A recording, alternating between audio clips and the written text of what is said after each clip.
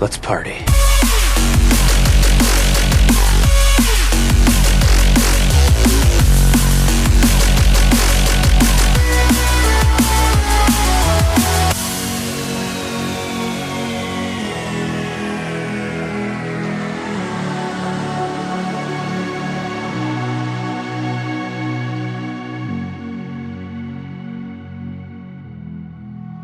Hello, welcome to Party Loaded, the video gaming podcast where we chat about everything that's great in that world of video games.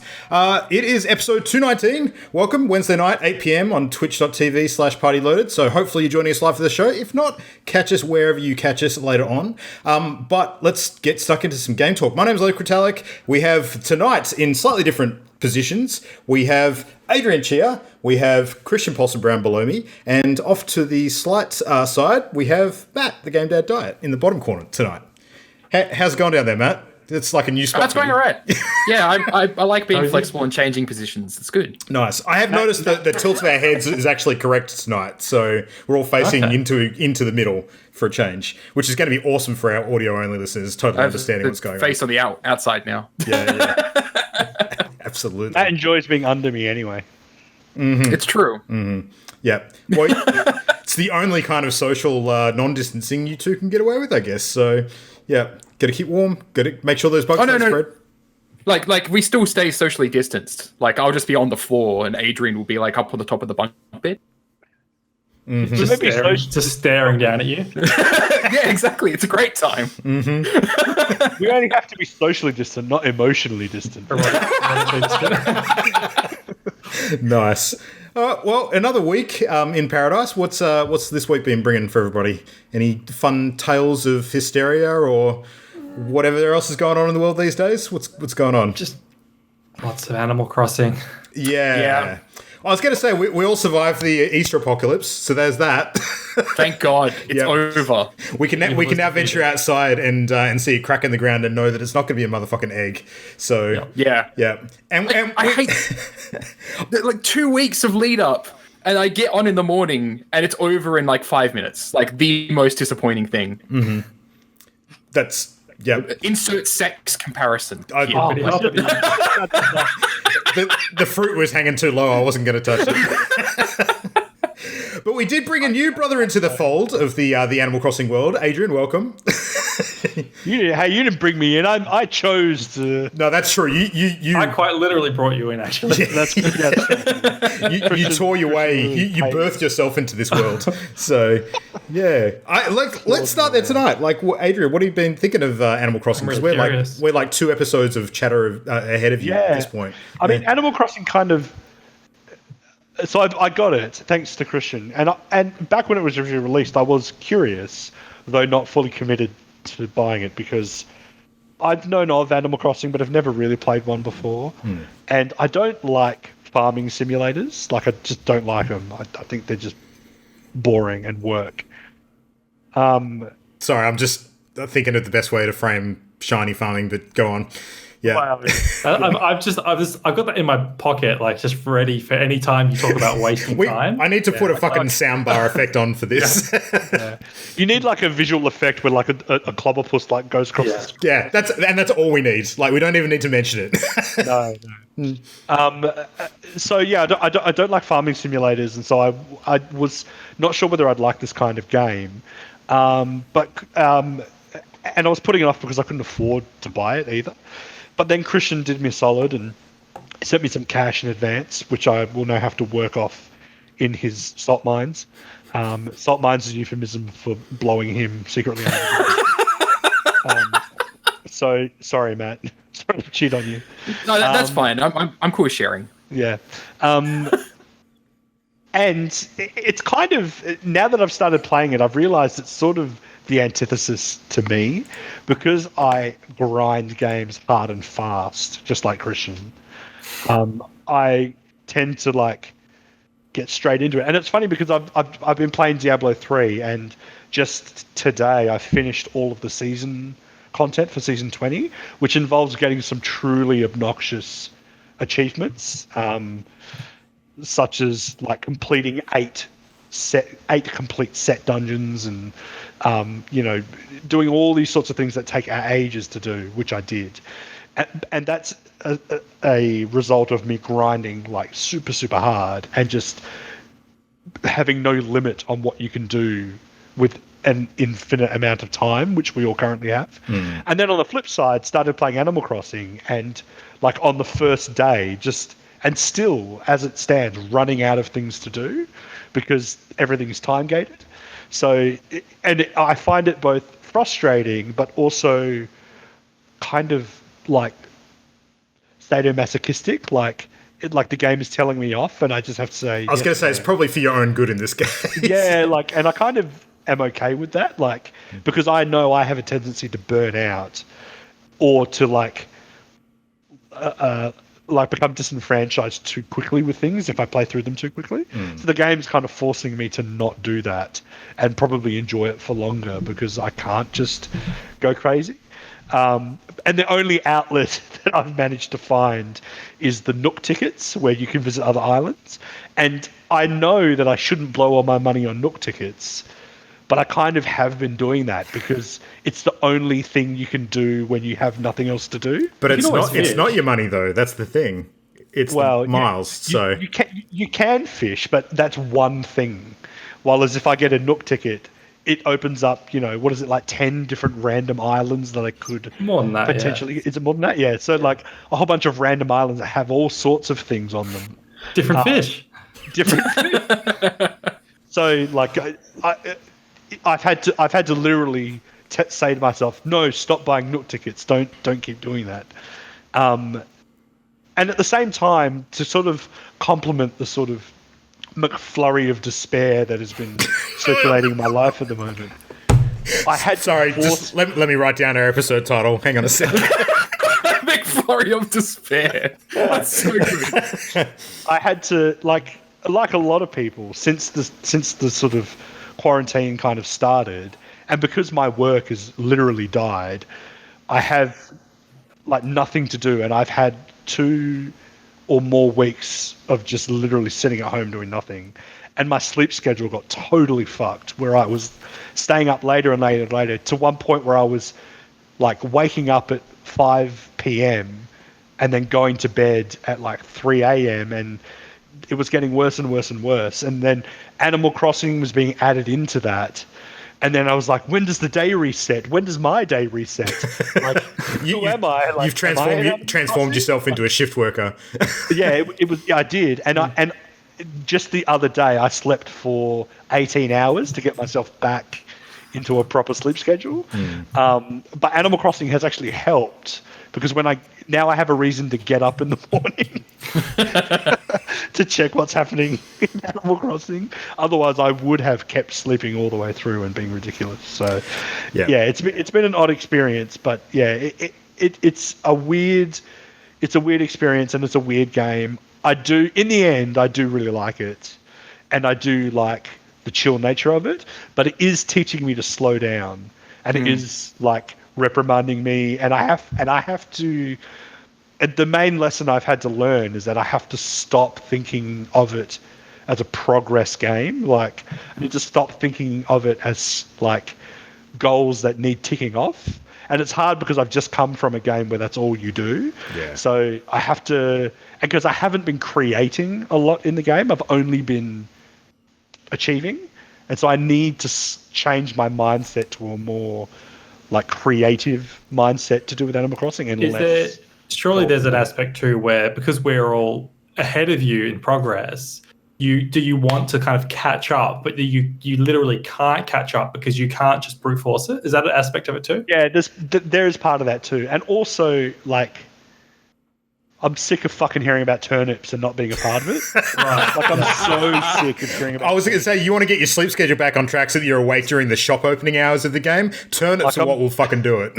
Yeah. Like, I now understand the turnip economy, and stonks.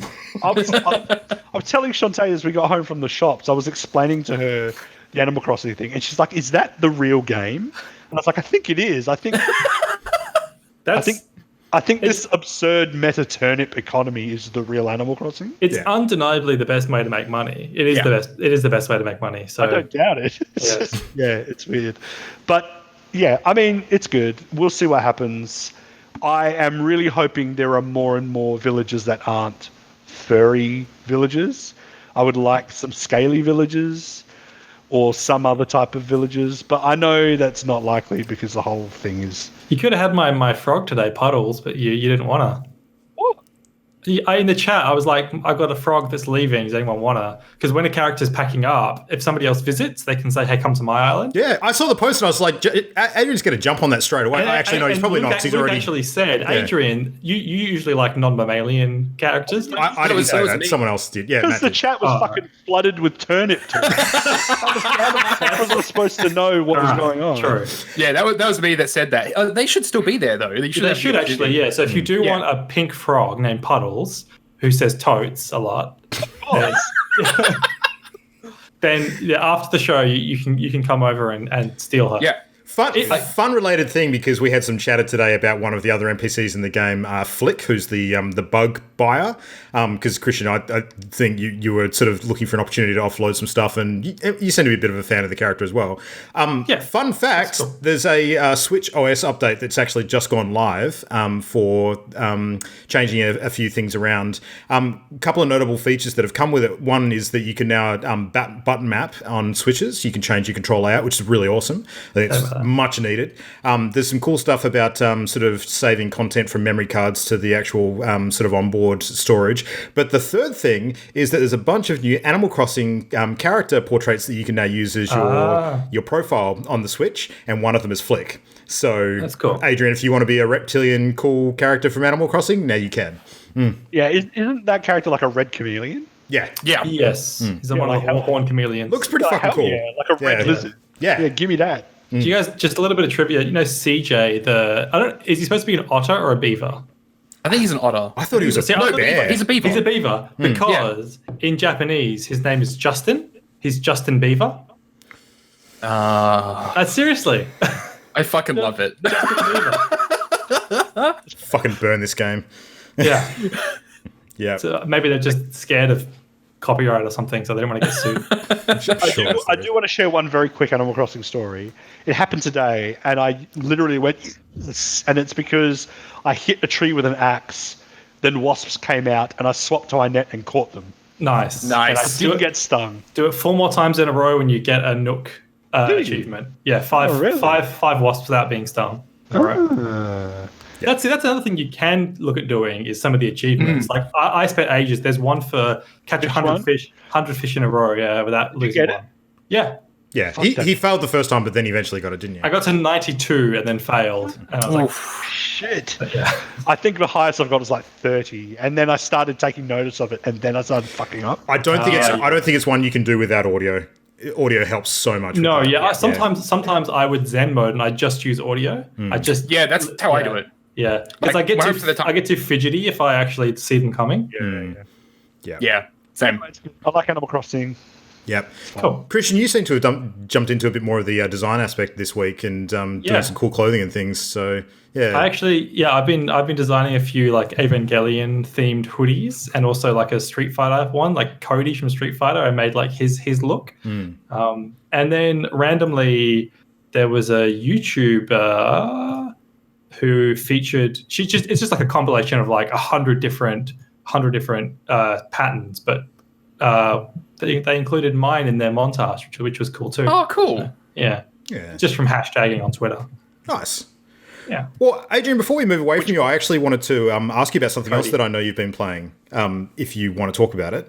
So I am looking at sort of my Who's Online playing what notifications during the week. I noticed that you jumped back into Hearthstone.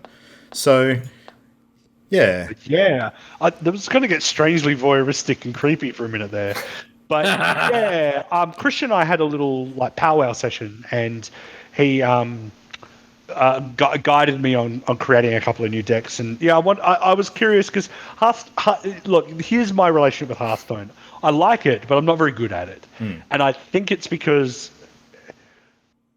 although I like to believe I'm good at tactical games, I'm not a very good tactical thinker. So I'm not very good at thinking turns ahead. I'm not very good at predicting what other people will do. I was never very good at playing games in Warhammer, and that sort of is kind of why Hearthstone, I kind of have an on and off relationship with it, where I enjoy it on a very superficial level, but I'm not, unless someone gives the deck to me and explains it and I understand my deck and then play the game, I can enjoy it in short bursts. But it's very much kind of like, I think Christian's relationship with Street Fighter, where like Christian will play a couple of rounds of Street Fighter and then not play tons in a row. I think that's me in Hearthstone, where I'll play a couple of games of Hearthstone, but not heaps in a row. I guess one of the reasons why I'm really curious about where you sort of went with it the other day is because, like myself, if I was to jump in now, some time has passed since your last sort of delving, and there's a lot of changes that have happened recently, like particularly the new Demon Hunter class and that kind of thing. So you're right, a lot of changes have happened, but part of what I just said, like I don't know any better. Like I don't know the game well. I never knew the game well enough for that to really affect me. Sure. Like I don't remember anything. Like when I play the game now, I'm like, I don't fucking know what any of these cards are, and I never did. So it doesn't really affect me all that much, to be honest. I kind of, every time I jump back into it, I just kind of get used to what other people throw at me, and then I'm like, oh yeah, there's that card, and that's how it goes. But I started off trying the new Demon Hunter class, and it was okay, but a big part of it for me is the card art. Like, if I really, really like the card art for a particular deck, then that'll often be enough for me to keep playing it. Like, because the deck itself doesn't have to be that good, because I'm not that good. Yeah. So I'd rather just have fun with the mechanics of whatever deck I've got. So instead I swapped to the new Warlock deck, which is Galakrond Warlock. And that's fun. I like that one. So I've been playing a bit more of that, and I was playing it just before we jumped on, and I'm almost at gold now. So nice. Yeah, getting there. So I'm enjoying it, but like I say, I don't know how long it will keep me engaged, because I tend to get frustrated and sad because I feel like a dummy. So, and I know that if I committed more and more and more to it, I'd get better at it. But you know, Definitely. It's a hefty time investment to get up to the upper sort of brackets, I think. Yeah, I feel like a bit of a dumb jock. I'm like, I'll just play Diablo where I can just laser the shit out of bad guys. Boom! Click, click, click, click, click, click, click. A lot of like the learning with Hearthstone comes from just familiarity with the different decks, right? So because you've played a lot of Galakrond Warlock now, so if you face another Galakrond Warlock, you'll pretty much know all the cards that are in their deck because they're the cards in your deck. And if you just repeat that for every deck in the meta, so that you've played and become familiar with every deck in the meta, then you can reasonably predict everything your opponent's going to do. So it's just that investment that it takes. So yeah, that makes sense to me. I think unfortunately it's really interesting, because like when you were guiding me through like the first couple of games, and I was like, I think I would do this and I would do this, and you were like, well, I would do this. And then I'd be like, oh, yeah, that is a better decision. I'm always finding that, like, I'm always assuming I'm just making the wrong decisions when I'm playing. I just assume that every decision I make is the worst decision. But then again, I'm almost gold, so I guess it's working. But maybe that's just the strength of the deck. Who knows? It's that good old soccer theory coming out again. Yeah. Always the soccer theory. Yeah. Well, I guess we could probably dive into Christian's sort of week then, because Hearthstone being part of that, I guess. So, yeah. Yep. But yeah, the new thing I've picked up this week is Ori and the Blind Forest Definitive Edition. So this is on the Xbox Game Pass for PC. So this is not the new Will o' the Wisp. This is going back to the OG. Yeah, which I looked it up, and the OG came out 2015. The definitive edition was 2016. So yeah, it was older than I thought. In my mind, I was like 2-3 years old maybe, but no, it's 5 years old now. But it's really, really, really good. Like the thought that occurred to me while I was playing it was, this is the palate cleanser after Indivisible that I needed, that I didn't know I needed, of a really awesome platformer that has just like the feel of playing it just feels really good to triple jump and then dash and then slam and then like boost off an enemy, and like it, and the the backtracking is fun. It's one of the things that occurred to me is that like it doesn't take long to backtrack anywhere, and it's always you feel really quick and fun. And that was just like a sign that I pointed to of like this is a good game. This game has made backtracking feel okay.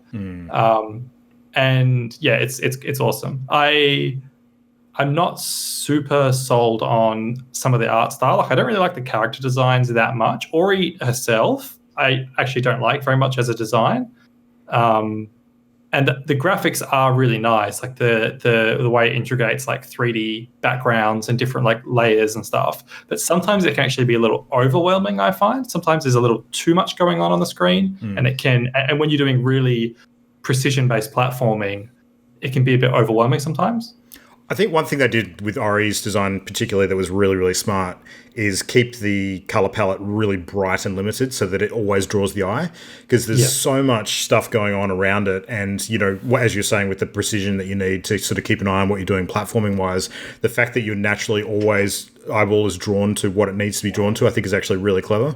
So yeah, Ori's always a bright white spot on the screen. And actually that makes me, the game can be compared a lot to Hollow Knight, I think. Yeah. Obviously, it has none of the Souls-like aspect at all. Like, no emphasis on bosses, no emphasis on, like, difficult enemies. It's more platform-based. But it's sort of the atmosphere and the, like, just kind of like there's a vibe to it, which reminds me a lot of Hollow Knight. And some of the music, like, there's one track in particular that I'm like, I swear this is, like, directly from Hollow Knight.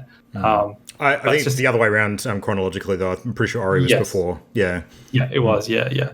But no, it's really good. And I do really recommend it to you, Adrian, because I know that you have liked, like, sort of skill-based platformers in the past. It also reminds me of Guacamelee a lot. The sort of stuff you're doing in Guacamelee where you're, like, flipping between dimensions and then doing all crazy stuff. Like, this has really satisfying advanced platforming in it. It's funny you bring it up because I was literally looking at Xbox Game Pass because I'm skint poor and I was looking for games on there. Yeah. And Ori was one of the ones that sort of drew me to it. So I almost went there. You should, yeah. I think I'm right near the end now. I'm like total completion is like 96% or something. And I've made sure to like 100% every area before I've gone to like the final area. So, and yeah, I'll probably finish it tomorrow. So Game Pass is a really good deal too. Like, yeah. It's really good when like you just subscribe for like $1 or $5, play a game and then unsubscribe and then just pay $5 next time there's something there instead of paying every month. Yeah. Just pay $5 for a game. Like Ori and the Blind Forest, there's still $25 on the store. It's like discounted to 18 at the moment, but still, like that's already many months worth of the Game Pass. Yeah. They've gotten to the point now where the library is pretty extensive also, and there's a lot of really good games on there. So, yeah, not bad at all. Matt, anything interesting this week? More alien exploits in Stellaris? Yeah. Yep. Still doing stuff in Stellaris outside of, obviously, Animal Crossing. There's events in Stellaris. So there's a Bunny Day? No, there's no Bunny Day.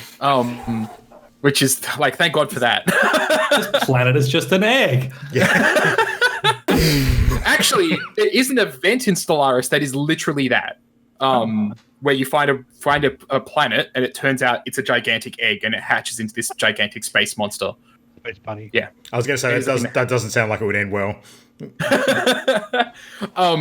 But yes, there's a mid-game crisis and then there's an end-game crisis. And basically, the just like in real life, yeah, like a midlife crisis and then an end-life crisis. Yeah. So the mid-game crisis is like this little miniature event. Like it's like a Lamborghini. It's something that will threaten the entire galaxy and kind of get the galaxy to band together. It mixes up the diplomacy a little bit. And so in our game, I'm pretty sure there's only the one type of mid-game crisis that I can remember. Every time I say mid-game crisis, I'm having to stop myself saying midlife crisis as well. Thanks for that. You're welcome. But like you get like these this great Khan that essentially unites a whole bunch of these different tribes. They get together and they start fucking shit up. But since they added the Federations expansion and you have this Galactic Council, now that you can have a vote that's basically like, okay, so we're taking a vote right now, we're making it an emergency measure. Everybody needs to focus on the Great Khans. And like any current wars end, all borders are open so everybody can move their fleets through. And if that vote passes, which it did in our case, yeah, the Great Khan lasted like 2 years. They got fucked. Like everybody in the galaxy was just like, nope. And I didn't have to deal with the event at all. But now we've kind of gotten to this point in my game where we've kind of got the pre-end game event that's happened. There's these fallen empires that you come across that are basically like ancient. They're massively powerful. And they had their time. Now they've kind of just like receded and they're just kind of controlling a small part of space. But they have very extreme views. So I've got like one of my neighbors is one of these fallen empires. They're all just religious. And then somewhere on the opposite side of the galaxy, there's one that were basically materialists, like, extreme scientists, essentially.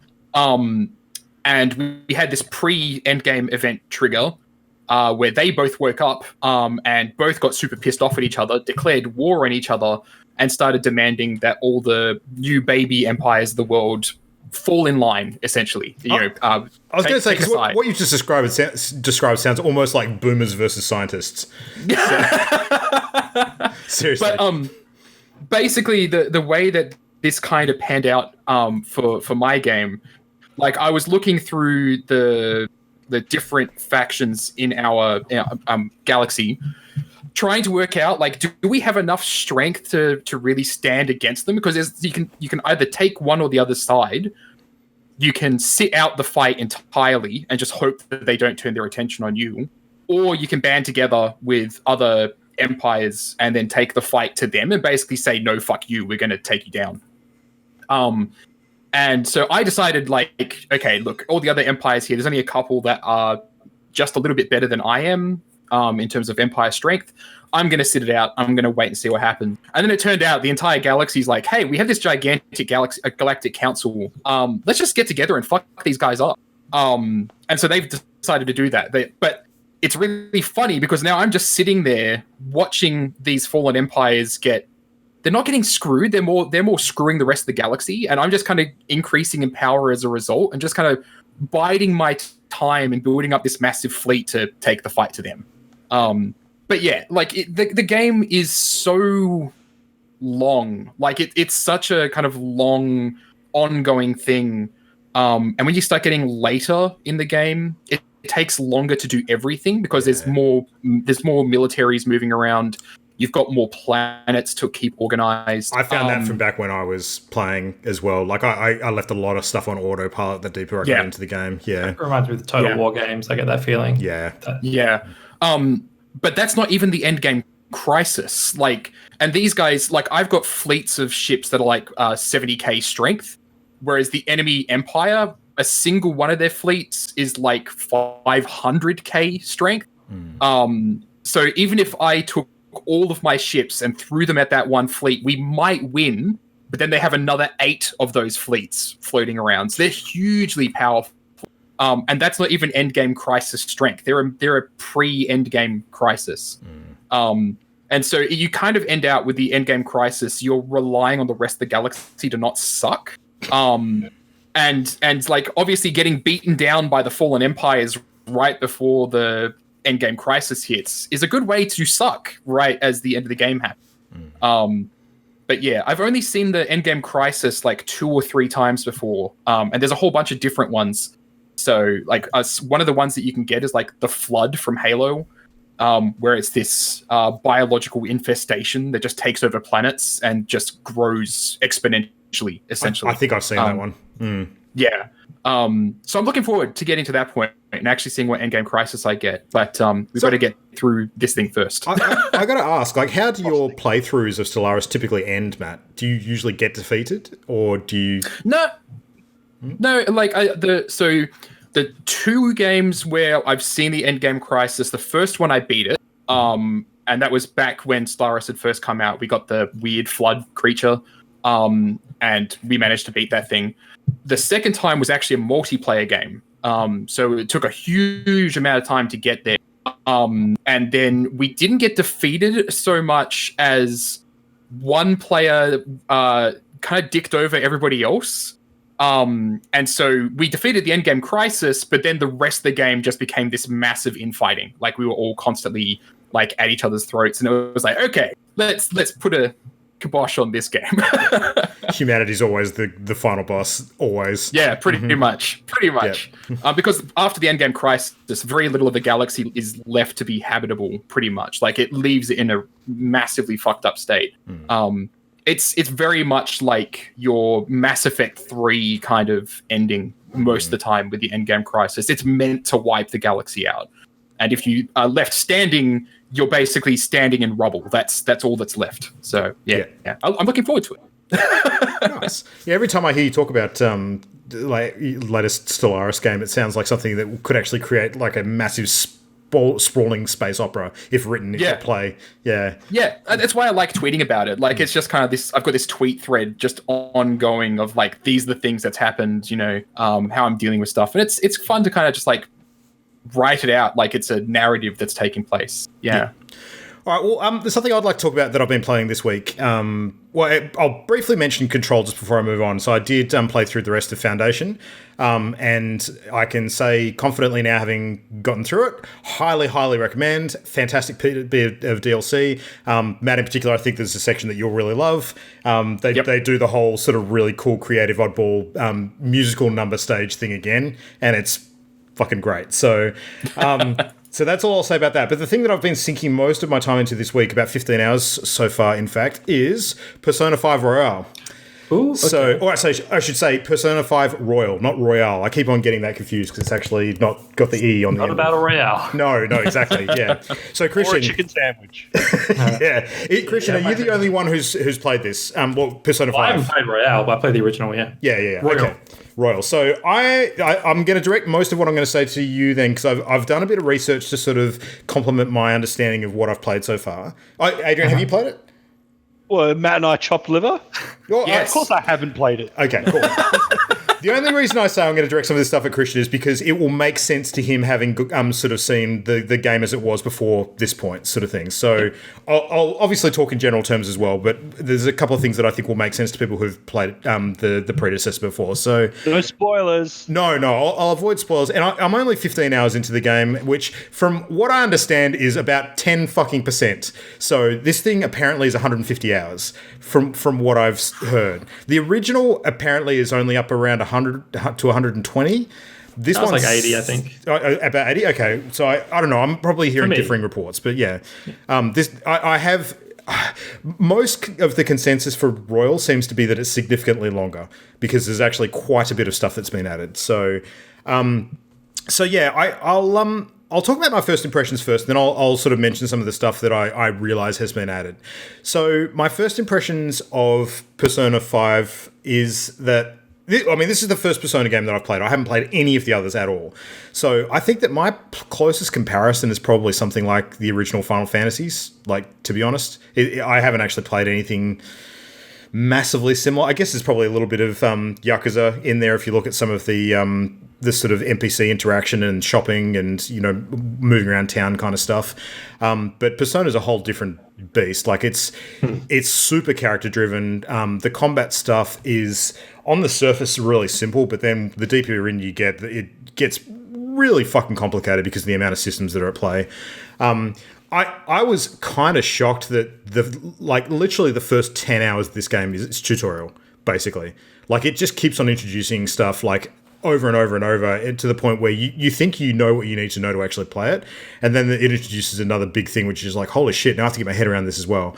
So the general theme of the game is that you are a group of characters that are bound by the supernatural sort of power aspects called personas, and you basically take them into your body, your psyche, if you like, and they sort of connect with you and allow you to do amazing, fantastical things in an alternate universe called the metaverse, which is kind of like a reflection of reality, but it's a distorted reflection of reality. And the reason why you need to actually visit the metaverse and actually sort of, effectively become like a hero in that setting is because there's certain characters in real life that you come across or you interact with or you sort of come to know who have like a villainous side to them because they've got like a corrupted sort of personality, like a corrupted soul. And you basically need to deal with their corruption in the metaverse to sort of fix them as a person in reality. That's a really broad sort of brushstrokes way of looking at it, but that's kind of like the general theme. You can compare it to Inception in that aspect. It's going into somebody's subconscious kind of thing, and then doing something to influence them in the real world, change how they act. Yeah. And when you go into this sort of this metaverse, you can bring physical things out of it. Like it's real in the sense that it's not just you going into a dream state. Like it actually is a physical thing. Like if you die there, you die, sort of thing. But there's a lot of things that don't work in the real world that do work in the metaverse, based on the level of confidence you've got with it, or the things that you're fighting against actual perception of it. Like for example, you actually buy airsoft guns. Like sort of fake firearms in the real world, and you take them into the metaverse, and because they actually look like real guns, they function like real guns, sort of thing. So it's kind of cool in that respect. But like the game's a good mix of typical sort of JRPG sort of story beats and character interactions, and the major setting is a Japanese school as well, place called the Shujin Academy. So there's a lot of sort of teen drama around that kind of environment, and a lot of those aspects seem very sort of typical of a lot of anime that you might watch. But it's fun, like it's interesting. I really enjoy it, and it's kind of surreal in a way. Sort of, I know it's the norm for Japanese culture, of course, but it's weird in the current state of the world actually playing this game and seeing so many characters walking around in a school with face masks on. I'm just like, fucking hell, that's pretty on the nose at the moment, but it's just what it's like over there, I guess. But yeah, like I think that I really, really like the game. Like, I'll get that out of the way. Like, I think it's freaking fun as hell. It's taking a long time to play. It's a very slow burn. I'm really enjoying it. I think that there's a lot of challenge in there. There's definitely a lot to explore. Time is a resource in the game. Like, you feel like you never have enough time to do what you want because you have to choose how to use your different hours during the day. It's not broken down by an hour by hour sort of format. It's more sort of, times of day, like, morning, day, evening kind of thing. But if you choose to do something with one of those blocks of time, it's at the expense of something else that you could be doing. And a lot of the things that you're trying to do is to further relationships with different characters, or to better your own character by increasing their knowledge by studying like schoolwork or doing physical activity to sort of train up your physical stuff, that kind of thing. So it's always at the cost of something else. So I love all of that. I think I'm going to really get sucked into it. I'm going to play it hard. The couple of things I really don't like about it, though, there's a couple of things that are really grating on me. One is that the UI is confusing as fuck. Like, there are way too many systems in this game to make it simple to sort of get your head around. I understand that in Royal, they've actually made some improvements to that, and they actually have a few sort of tooltips that show up where there weren't before, like characters sort of giving you hints and things. And there's ways to sort of shortcut, like visiting some of your confidants, which are some of your close sort of relationship NPCs. But even so, like, there's just so much going on. It's just really confusing, and the way that you interact with things changes depending on what environment you're in. So I find it really hard to get your head around. But yeah, but you can't argue that the UI aesthetically is amazing. That's true. Like, this game oozes style. Like, if there's one thing you would give it the absolute award for, it's just having like the best style of most games I've ever played. It's really phenomenal. The second thing that I'll say about it is that I think that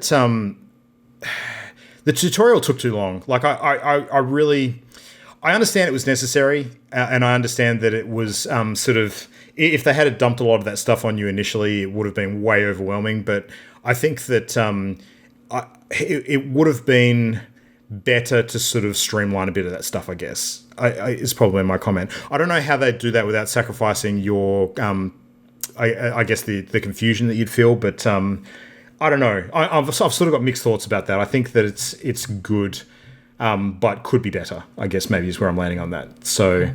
Yeah. The Persona games are notorious for the extremely long introductions. Like, because it's not always just so much tutorial as it is like an introduction to the story too, because a lot of it's conversations you're having where it's not actually not introducing mechanics to you, it's just setting up, introducing characters and plot development. And the Persona 5 intro is actually shorter than the Persona 4 one, I think. Persona 4 was like crazy long. And it is too much. I think almost everyone agrees that it is crazy long. But Atlas, they just, for whatever reason, it's what they want to do. It's how they want to structure the game, I guess. And like, I think it does have a benefit of like really absorbing you into the world before you kind of get going. But yeah, it is crazy long. Yeah, I mean, I'll say to its credit, like now that I'm past the point where I think I'm kind of into understanding the game to a certain extent, for better or worse, and what comes now won't really be tutorial so much as introducing new characters as opposed to new systems for the most part. I think that I'm yet to be bored. I'll say that in its favor. Like even the tutorial was not bad. Like it was just a lot. So. Yeah, I've been thoroughly entertained for every hour of the game that I've spent so far. I'm up to about 15 hours-ish, so yeah. The thing that I love more than anything about the game so far, though, is that whole sort of that agency that you've got over choosing how to use your time. Like, because like the whole first stage of the game, for instance, and I assume that the game is sort of divided into blocks where this is the case, you're basically building up to attack what's called a palace, which is kind of like, the game's first big dungeon encounter. And you can choose to go into that palace like in multiple sort of runs, just to sort of go a bit further and go a bit further. And as you reach each sort of save point, that's a new sort of jump in point from when you return to the dungeon next time. So you do continue to progress. It's not like you reset your progress when you jump out back into the real world. But you have like a limited number of resources. Yeah. So when you go into the dungeon, you might get a certain way in and then run out of like potions or whatever, or like MP, and then need to pull out. But if you're really good, you can just power through it in one go. Totally, yeah. Usually you have a deadline that's imposed on you by the story where you need to complete the palace by X date, or something really fucking bad happens that is, basically like a game-ending condition. It's good to know how much time you've got on the clock, and you can kind of budget that in terms of what you need to do in the real world versus how many runs you think you're going to need to take in the palace to actually get that done. But the goal is that there's a treasure in the palace, which is like the heart of the character who you're basically up against. And the heart is like a manifestation of their twisted desires. And it takes different forms for different characters. And the whole point is you're basically trying to get to the heart, steal it, and the action of stealing it actually is what removes the negativity from that character in the real world. Now, I anticipated that action of stealing the thing is probably going to eventuate in some sort of final encounter or a boss fight or something like that, and I was right.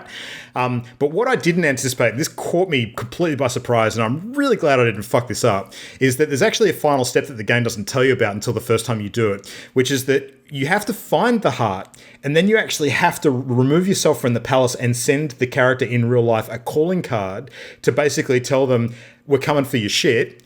Get, pucker up, buddy, because we're coming in and we're going to fuck you up. And what that does, what that does in a game sense is it actually means that the heart actually materializes into an object that you can steal because they go on the defensive. You can't steal it until you send them the calling card. And the reason why this is really important is because if I had budgeted my days such that I left my final sort of dungeon run or palace run, if you like, to the last day that I was actually able to complete it, and not knowing that I had to send that calling card, I would have been boned because I would have run out of time. It's always better to do that dungeons as soon as you can and try and do the dungeons in like one go. For most of them, you can do them in one go. But you can also understand now why all the Persona fans went nuts at how they announced Joker in Smash, where he interrupted the Video Game Awards, and it was it was one of those calling cards that came up on the screen. So like knowing how the story works, that like we're going to steal your heart calling card, like that was choosing that for the way to reveal Joker was like really awesome. Yeah, pretty hype moment. I get that now. Yeah. But yeah, like onto the new stuff. Like I think I mean, and not a lot of this is going to resonate with me, but Christian, this will probably mean more to you. There's a bunch of new characters, from what I understand.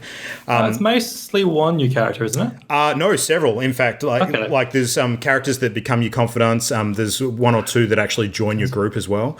And one, I think it's one that joins your group. I think you might be wrong about that. Mitsuru, is it? Yeah. There's a redheaded girl who you've probably seen some of the footage here. Who I haven't actually had her join my team yet. I've encountered her a bunch of times. The way that she's worked into the story is very natural. Like, it doesn't seem like she's been bolted on at all. It seems like she belongs the whole time I've seen anything to do with her, which is really, really cool. There's a grappling hook mechanic now where you're actually running through the palaces too, which allows you to traverse and to access different areas of the palaces too, which I don't know if they've actually changed the layout significantly. I think it's more alternate ways of traversing the stuff that's already there. But one thing it does allow you to do, which is new to the game, is they've actually added these challenge rewards, which are called, I might get the name wrong, I think it's Fate Seeds. So there's these fate seeds, and there's usually 3 of them in each palace, which are kind of like really hard to find rewards. And they're not obvious. Like, you actually have to go out of your way to sort of locate them. And each one that you pick up actually gives you some of your stamina back, which is really cool. That's a hugely important resource when you're running a palace. But the second thing it does is if you manage to find all 3 of them, they actually transform together into a really cool item that you can equip to one of your characters. I went out of my way to find the first 3 in the first palace, and it was definitely worthwhile reward. And I'd be trying to do that on everyone sort of from that point onwards as well. So, but yeah, there's a bunch of story that's been added. I understand there's an entire extra leg of the game. Like, there's a full-on new semester of your school. That comes at the end. At the end, yeah. So I take it to mean that's probably an additional palace as well. Additional characters, additional confidants, new shops that you can visit. A lot of what I've seen seems to suggest that even people who've completed the original Persona 5 would probably really enjoy playing Royal and not feel like it's a waste of time. So, I can't really judge that having not played the other one, but I don't know.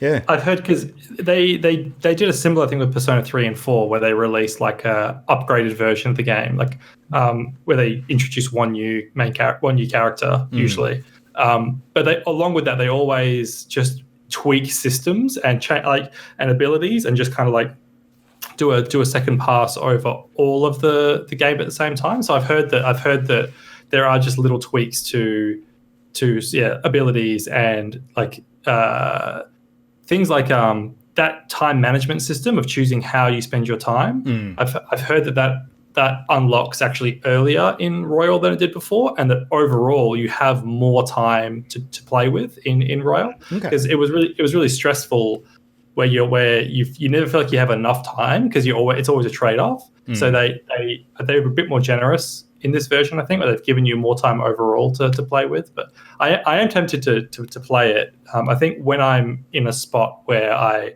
can't really think of anything else to play, I'll probably pick it up, but not right now. It's probably the only thing that stopped me from picking up the Final Fantasy VII Remake as well, because that's looking increasingly appealing too. But I guess final thoughts would recommend. I think it's fantastic, and I'll be playing it, pretty full on for the next couple of weeks at least. So, yeah. Anyway, enough Persona. Let's dive into some industry news for this week. So, who's going to kick us off tonight? We've got Adrian with some new game stuff. So. This you mentioned this today, and it was a surprise to me. So what's going on with XCOM? Well, it was a surprise to me too, because I had no idea this even existed until I opened up. I have this weird fantasy where I'm going to open Steam and there's going to be a whole bunch of free games in there for some dumb reason. So every couple of days I open Steam, like, oh, that's right, shit costs money. So I did it again today, and one of the first recommended things, probably because I've just played through XCOM 2 again, is a new game called XCOM Chimera Squad, and it looks fucking good. And the reason it looks good is for one reason alone, is that it looks campy as shit. Like, I fucking love it. Yeah. The first XCOM was pretty camp. Like the little aliens were like big-headed greys, and there were like G-men that spat acid at you, and it was a bit silly. Like it was XCOM, like Saturday morning cartoon kind of silly. XCOM 2 went way more serious, so there were way more themes of like government surveillance and like conspiracies and like authoritarian control and that kind of thing. Chimera Squad is like almost like an 80s cop movie where instead of commanding an entire cadre of troops and that you can individually tailor a name, this is a small squad, a single squad of interestingly humans and aliens that are like a police like riot team, and they basically get sent in to basically take out bad guys, and they patrol the city, and they start every mission by like driving out of their headquarters a la Ghostbusters style. And it's just really cool. And you can even see in the video here, there's like an alien dude who's like one of the classic like grey style aliens, and he talks like that character out of what's the Star Trek where there's like a tall grey alien character, and he's kind of starchy and like stiff and like upper crusty. Oh, maybe there's that Discovery. Maybe Discovery. Yeah. He's just like that, where he's like this sort of like stiff upper crust kind A of bit character. moderny. Yeah, like Morden, yeah. But the whole thing, like just from watching the trailer, even like that comic book style kind of intro, immediately I was like, looks fucking good. And I love XCOM, and I just played XCOM 2, so this looks really appealing. And the other thing I really like about it is, from what I can tell, XCOM 1 and 2, the battles take place on sort of largish maps where you have to like make your way across sort of several blocks of urban terrain before you encounter the enemy, and there are like packs of enemies that are concealed, and when you discover them, you activate those packs, and then they then go for cover, and you have to engage them. So each XCOM fight is normally like a larger map with maybe 3, 4, 5 engagements with packs of enemies, and then once you clear them all out, you've kind of completed the mission. And then they layer on other mechanics like defuse that bomb, collect those resources, save those civilians, etc., etc. This Chimera Squad looks smaller in scale, so instead of being a whole map, most of the missions, from what I can tell, are just like one building, like one office building or one grocery store. And instead of deploying troops from like a helicopter, you actually deploy your troops at entry points of the building, and you go into the building and fight. And the biggest change is that it's now alternating turns between you and the enemy. So you take one turn, the enemy takes one turn. You take one turn, the enemy takes one turn. As opposed to the other XCOM games where you activate and do the maneuvers of your entire squad, then the enemy goes, then you go. So it's kind of like changing from 40k to Necromunda. And I think that sounds really interesting because that adds another tactical element. And it's got all the same kind of XCOM-y goodness where you're upgrading abilities, upgrading soldiers.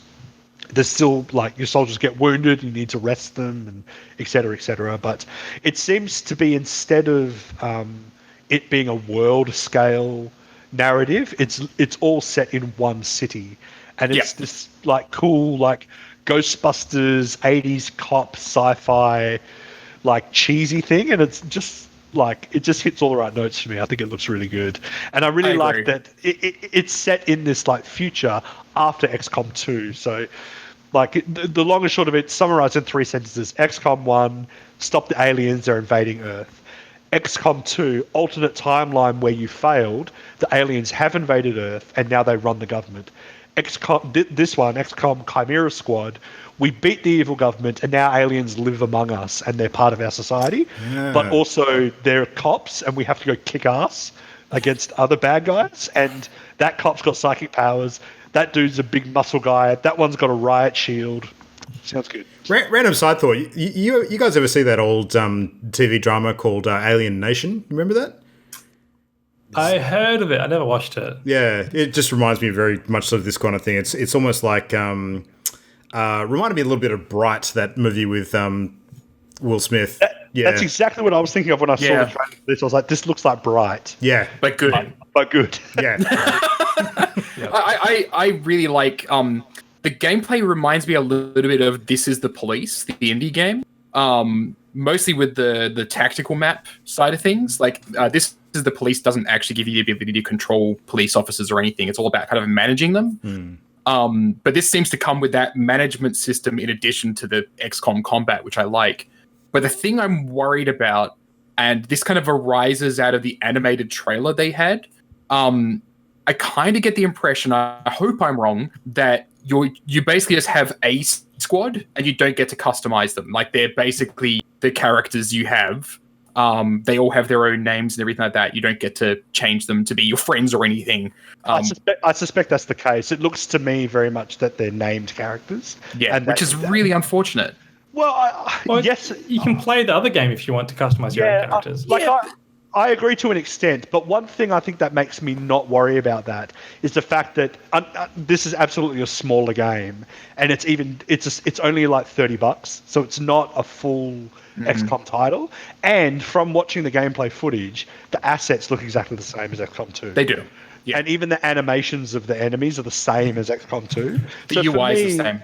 Yeah. So I have a feeling this is more like a half step between, like something to tie us over until XCOM 3. And because of that, I can forgive the fact that it's not fully customizable because it's more of a streamlined, focused story. Yeah. Which I think would, if there's a really cool story in there, then that would be awesome. Like if these characters if these named characters exist because there's a really good narrative, then I wouldn't mind that there's no customization. But I know where you're coming from. I understand where you're coming from.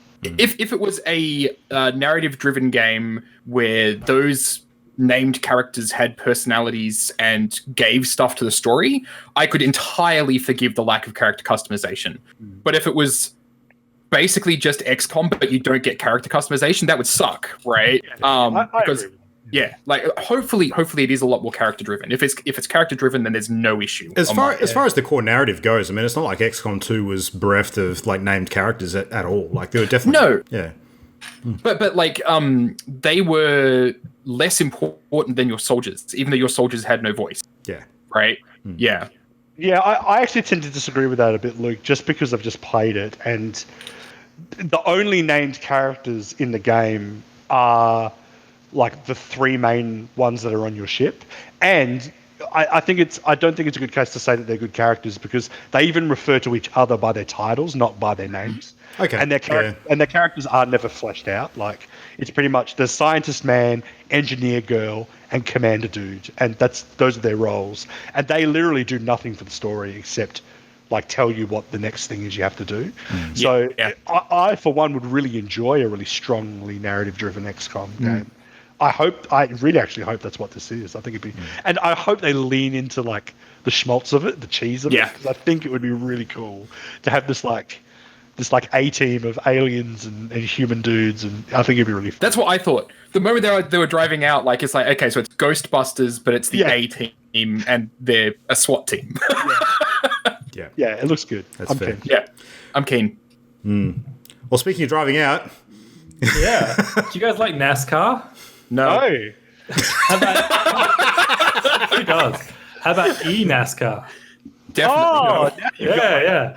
So this is like e-cigarettes, but kind of. It's just in the latest line of like ways that coronavirus is like changing the world.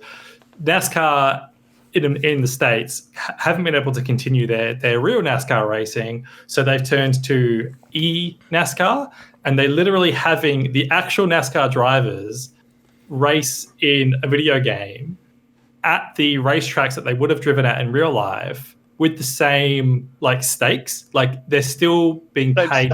They're still being paid their salary. They've still got all their official sponsors. Wait a minute. If they go too fast, have they got someone that is at their house that will literally roll them upside down and crush them bodily?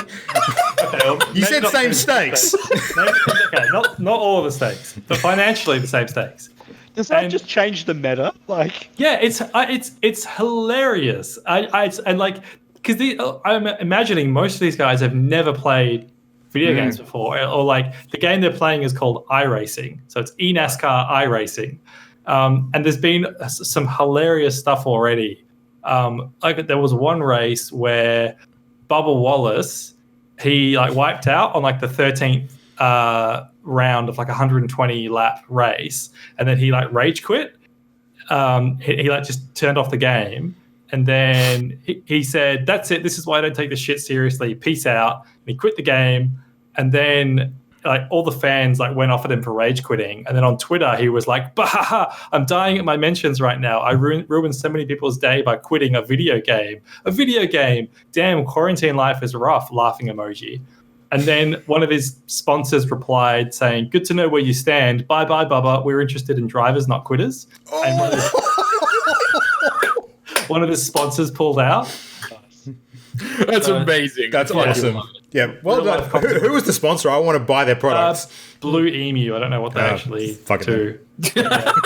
Never mind. Probably avian Really lubricant or love something. the narrative idea that like the guy coming dead last was actually a really strong gamer, and when this announcement was made, he's like, "Yes."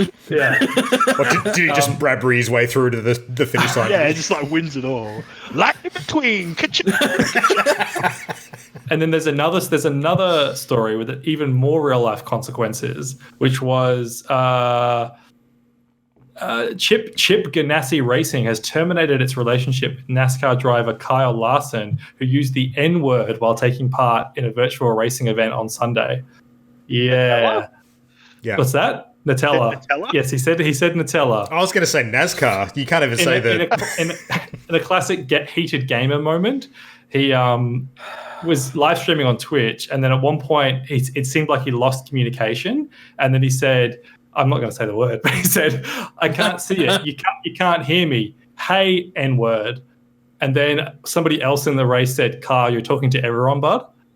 And then the team just like kicked him off, and like IRL too. Like he's not a part of his NASCAR team anymore because of a heated gamer moment playing iRacing. So heated gamer moments aren't even limited to gamers. That's what we've discovered. Yeah. Just put a controller in someone's hand and they just Now I think the obvious trade-off is that when NASCAR goes back to being a live sport, they need to take the 10 best NASCAR gamers and put them in real NASCAR. Yeah, absolutely. Yeah. That's hilarious. Do you think that in some way that actually means that professional athletes are maybe not held to as high a standard as some people that actually, stream for a living and that kind of stuff now, given how much controversy there's been around certain characters, like PewDiePie being a good example of, dropping sort of, anti-Semitic comments or things like that? I think for these people that are doing this stuff, they're not in day-to-day life in the same way that those PewDiePie is, right? Like, PewDiePie is constantly in front of a camera. The people driving those cars, they're not constantly in front of a camera. They get in front of a camera. Like this big on the screen going in circles. Yeah.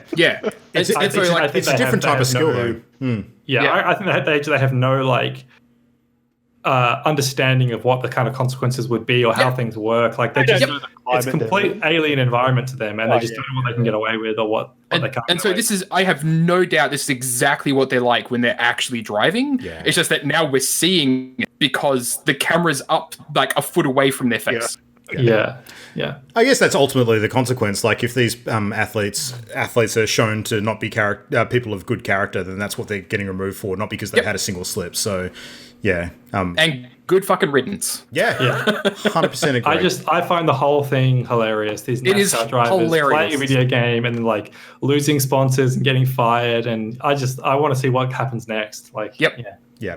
The whole uptake of esports in this time of no actual real sports existing is in itself fucking hilarious. I think it's great. It is.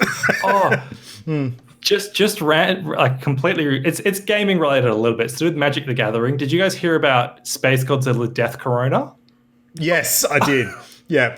So a couple of months ago, Wizards of the Coast designed and put into production a new card for a Godzilla cross promotion with Magic the Gathering called Space Godzilla Death Corona.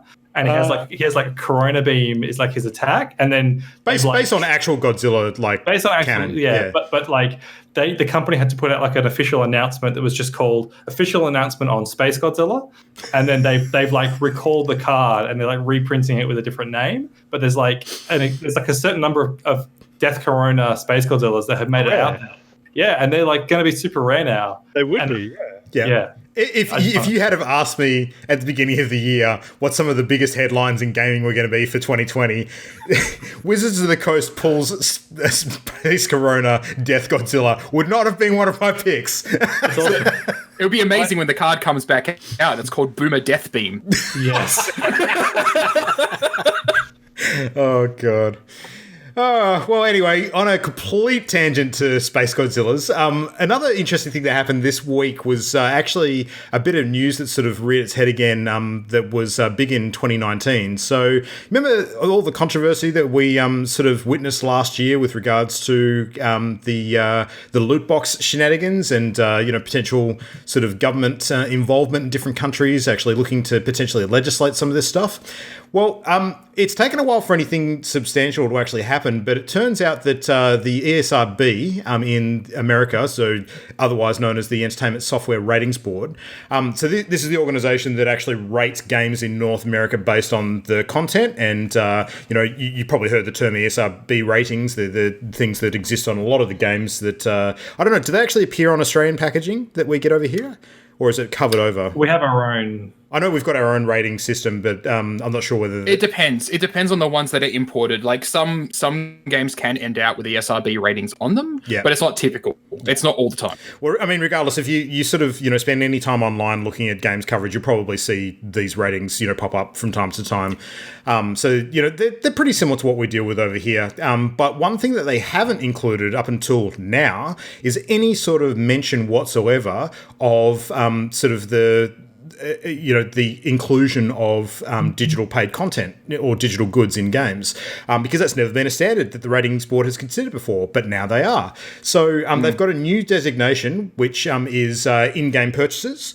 And in brackets, it actually says includes random items as part of this designation. So it's a bit wordy, but it actually appears below the rating. It's got like its own separate little box on the ratings blocks now. So they said that the new designation will be assigned to video games that contain in-game offers to purchase digital goods or premiums with real-world currency, or with virtual coins or other forms of in-game currency that can be purchased with real-world currency. So there has to be a link to real money at some stage of that transaction, for which the player doesn't know prior to purchasing specific digital goods or premiums that they'll be receiving. So things like loot boxes, item packs, mystery awards, that sort of stuff. So it's going to apply basically to any games that come out with loot boxes, gacha games, item or card packs, prize wheels, treasure chests, and things of that nature. So so this is a pretty big move. Like North America is sort of going this direction and actually including it as a rating within their system now. I think will probably mean that other countries slowly but surely will actually follow suit and do similar things as well, which hopefully in the grand scheme of things will actually mean that the games industry largely is still dealing with this thing in-house and hopefully not getting governments and legislators involved in trying to sort of, deal with it within groups that perhaps don't understand the intricacies of the products or the medium itself. So they're going through a stage at the moment where they're taking feedback in response to the changes, and they're trying to get that feedback from people who are game enthusiasts, parents, that sort of thing, who might have felt that the original designations that they used weren't sufficient enough to see whether this actually ticks the box or not. But I don't know. What do you guys think about actually having a visible rating included for digital purchases, I should say, and things like that? I think it's good, but I don't think it'll have much of an effect. Mm-hmm. I don't think there are many people out there, even parents, who are going to look closely enough at that box, read that, and then take it into consideration when making a purchase. Yeah. I think it's got the same issue that ratings have always had, which is people don't read them. And it also kind of applies to like our discussion not that long ago about physical game sales and that sort of thing. it will appear on those boxes, but how is it going to appear online, right? Yeah. Because if you go onto like the Steam store, the ratings aren't especially visible. And so like I don't know if it's really going to change much there. I saw a couple of people chatting about it on Twitter that I kind of agree with, like maybe loot boxes that are specifically targeted at children should be something that's put on the ratings, like very shouldn't be loot boxes targeted at children. Exactly, there shouldn't be. But stuff, yeah, like I think it's absolutely a good thing. I think it is a good thing. It's just I don't know if it's going to change anything either. So. Where my brain goes on that topic is whether any systems are going to be introduced to hardgate those purchases in regards to like confirming age of customer before actually being able to complete a transaction. Yeah. So in a physical games retail sense, like whether it's similar to sort of, R-rated or M15 plus games where a customer might actually have to prove their age before completing the transaction. And on some digital stores as well, you need to check various boxes to confirm that you are the age that you say you are and that kind of thing. So, I mean, a lot of it's honor system stuff, but it does sort of legally protect the seller. So, and that's like that couldn't happen through the ESRB though, right? Because I know that the ESRB doesn't influence. They don't check games at all. They just provide the benchmark by which that can be policed. So yeah, but they're not going to say your game has to have an age check in it. Otherwise, like no, I don't. Yeah, they don't have that sort of power. Yeah, no. I mean, the rating is the age check. How it actually gets enforced is completely outside of their purview. Yeah. Now, our ratings classification board, we have gambling as a category, but does that not cover loot boxes at the moment? Is that just for like literally playing poker in Red Dead and that sort of stuff? Yeah, I don't know.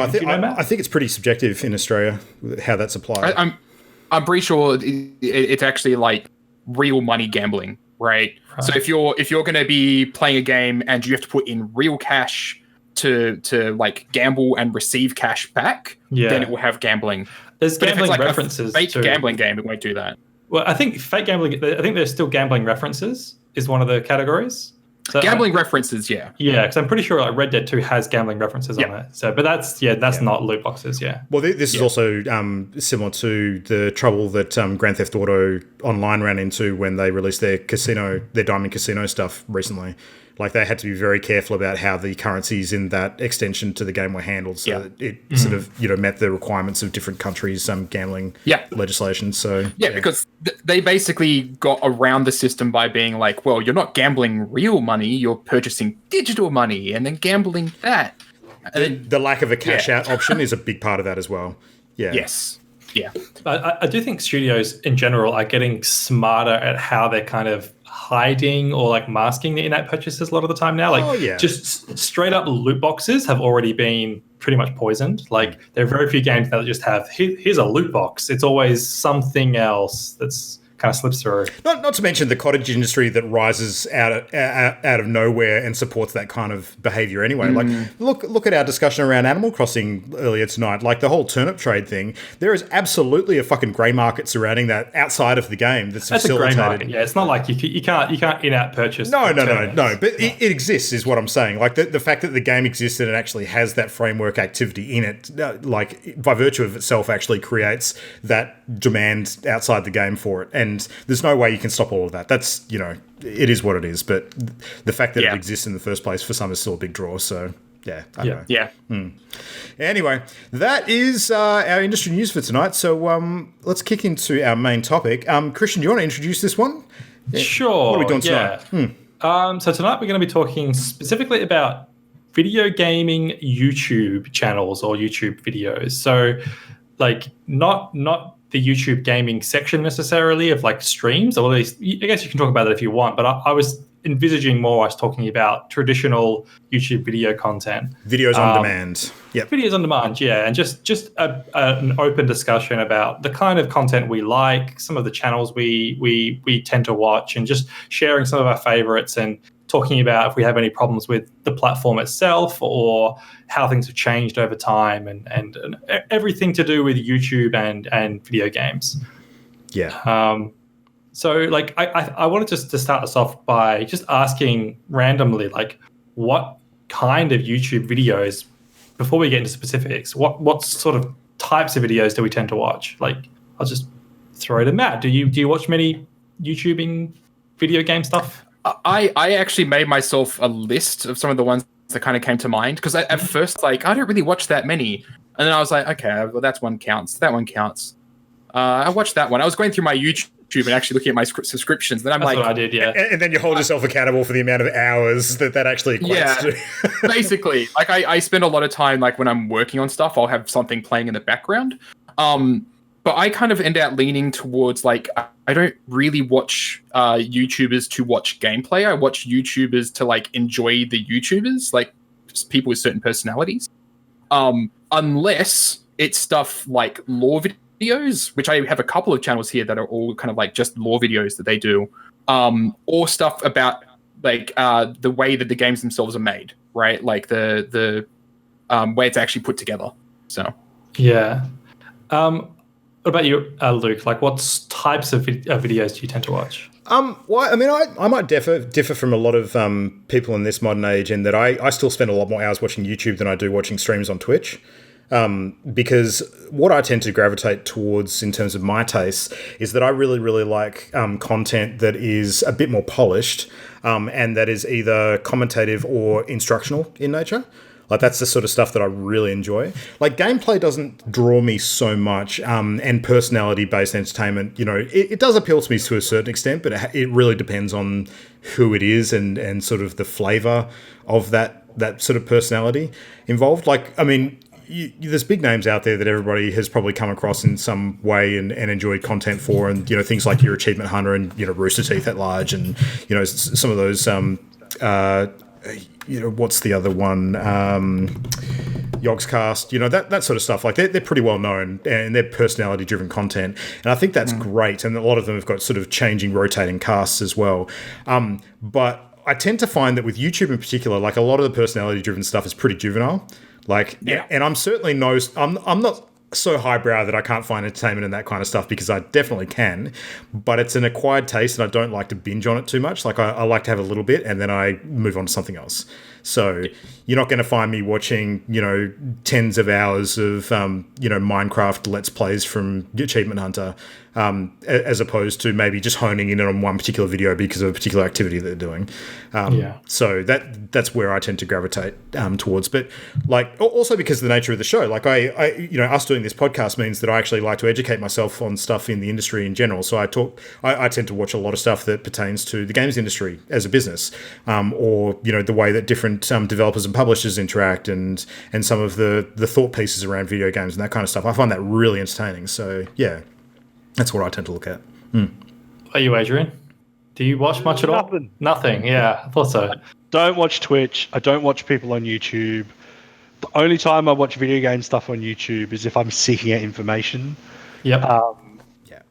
Reviews, like, I'll watch reviews, but only if they're by, like, a reputable website. Like, I hate watching a review and the review starts and it's like, hi guys, I'm just getting, I'm like, fuck, just turn it off straight away. Like, there's something about my superiority complex where I can't handle, like, unqualified, like, unconfident losers, like, talking about video games. I can't deal with it. Like, I just don't want to listen to it. I don't find it endearing. Don't you hate the opposite as well? When it's like, what's up, guys? It's your boy. Another. Yeah, I hate that too. Smash that like button. It's just got to be straight down the middle professional for me. Yeah. Like, there's a YouTube channel called Alt Shift X, which, like, it's not video game related, but he talks about analyzes TV shows, analyzes like TV dramas, and, like, it's just the perfect kind of tone, presentation that I like, and I find very few video game videos of any kind fit that kind of mold,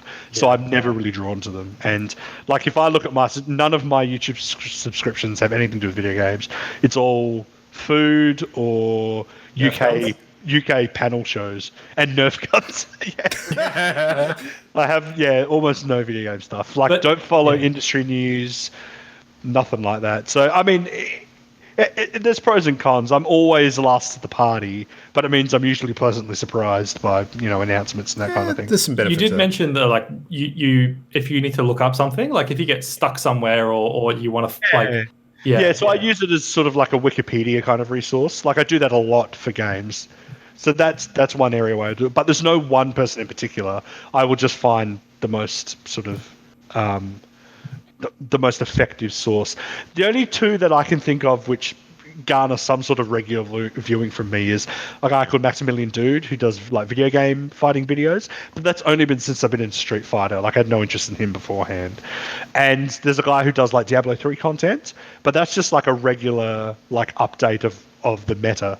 So I usually watch that because he's quite respected and he's put in a lot of the time and a lot of the research. So his videos are a good guide as to where to aim for in the meta. So again, it's not really the personality that brings me to these people.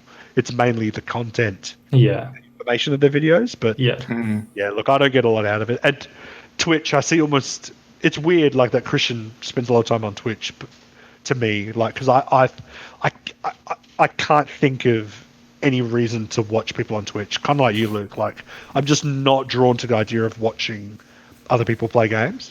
It depends. I think it's got its place. Like one thing that I think is a really good recent example is I have actually checked out a few streams recently, and although to be fair, I've gone and looked for YouTube videos for the exact same thing of people playing Animal Crossing.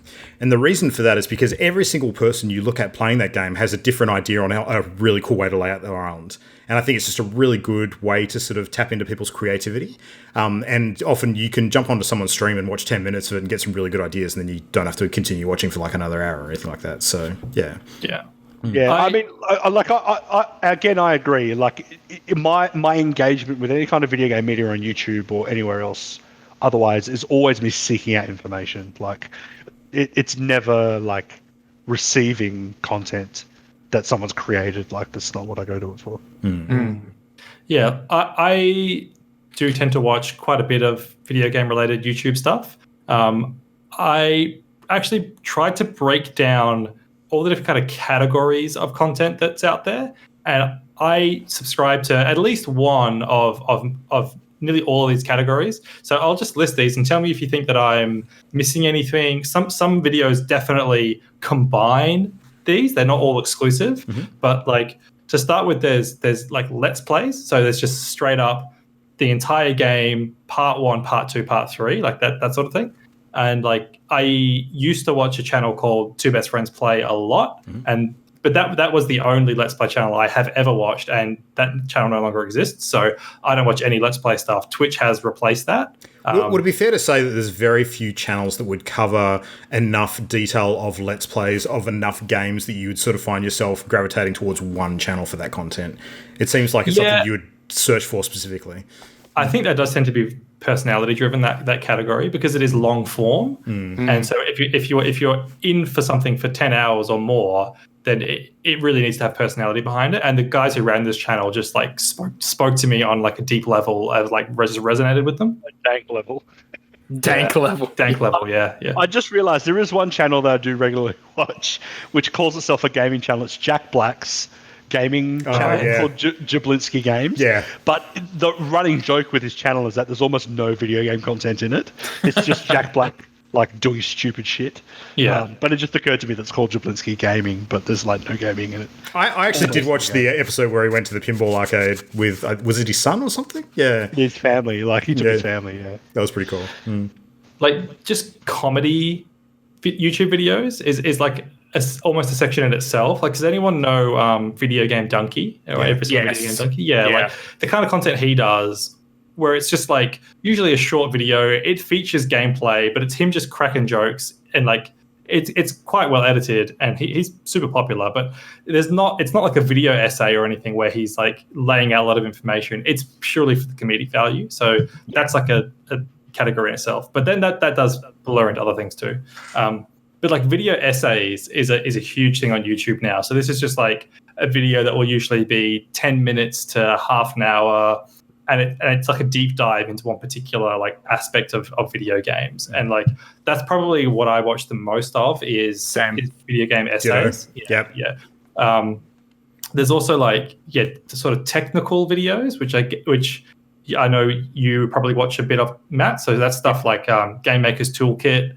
I really like New Frame Plus, which is all about like video game animation specifically, and then also stuff like, what's that? Nude Frame. New frame. And also like Digital Foundry are a huge channel that do like performance breakdowns on games. So every time a new game comes out, they'll like analyze every gaming console. What's the FPS? What's the stutter like? What's all the settings? Blah blah blah blah. They just do a deep dive. They're a really good web resource, like videos aside as well. Like I probably look at a lot of their content without actually watching their videos. To be fair, there's also just like shows, like our show, for example, and also stuff like IGN Game Scoop or like video podcasts. And I think a lot of the Rooster Teeth stuff is just like it's a show based on video games rather than like a video game video. You know what I mean? Where do animated video game porn parodies fit into your paradigm, Christian? That's a discussion. Yeah, they fit in wherever you can cram them, Adrian. What type of video I've maybe spent the most time watching? And then like the last kind of category I had was there's two more. There's like walkthroughs and how-tos, which is the sort of stuff I think everyone watches that now and then, where you get stuck somewhere, you just want to find one particular place, and there'll be like a video that's just like this difficult secret, how to find it, and you just okay, there it is, done. Yeah, and you never subscribe to that channel because they usually it's just a one and done. That. It's like whatever's first in the Google results, you just click that and then you go there.